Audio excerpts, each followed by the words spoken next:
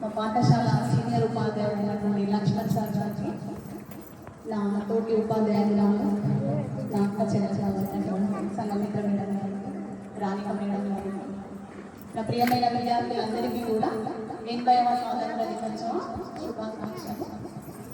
మరి మనము ఈ జాతీయ పండుగలు ఎందుకు వేడుకలా జరుపుకుంటామంటే, నాకు అన్నిటికంటే ఇష్టమైన పండుగ మన హిందూ పండుగల కంటే కూడా నాకు అన్నిటికంటే ఇష్టమైన ఈ జాతీయ పండుగనే ముఖ్యంగా జరుపుకోవాలి. దీని వెనుక చిన్న ఒక 5-10 నిమిషాల్లో అందంగా కనిపిస్తుంది స్కూల్, కానీ దీని వెనుక మేము ఒక వారం రోజుల నుంచి కష్టపడుతూ ఉంటాం. ఎవరో ఏదో ఒకటి అంటూనే ఉంటారు, కాకపోతే అవి సహజం, ముందుకెళ్ళడమే మనకు కర్తవ్యం కాబట్టి వెళ్తూనే ఉంటాం. మరి పిల్లల కోసం చెప్పాల్సింది ఏంటంటే, ఈ స్వాతంత్రం మనకు ఊరికి రాలేదు.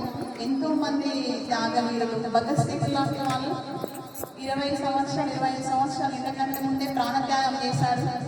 ఆ ప్రాణత్యాగం చేసేటప్పుడు అతను ఒక మాట అంటాడు, నేను నా ఊపిరి తీసేయచ్చు, నా ప్రాణం తీసేయచ్చు, కానీ నా గుండెలో ఉన్న ధైర్యాన్ని ఈ భారతదేశం మొత్తం వ్యాపింపజేశాను. ఆ ధైర్యాన్ని ఎలా చంపేస్తాను మనుషుల హృదయాల్లో నుండి అని ఒక మాట చెప్తాడు చనిపోయే ముందు. ధైర్యం, త్యాగం, సహనం, ఓపిక, సమయస్ఫూర్తి, శాంతంగా ఉండడం, ఇలాంటి వాటికి చావు అనేది ఉండదు. చావు అనేది ఒక మనిషికి మాత్రమే ఉంటుంది. మనలోని ధైర్య సాహసాలకు, సమయస్ఫూర్తికి, మన ఓపికకు మనం ఎంతమందికైనా పంచవచ్చు, నేర్పించచ్చు.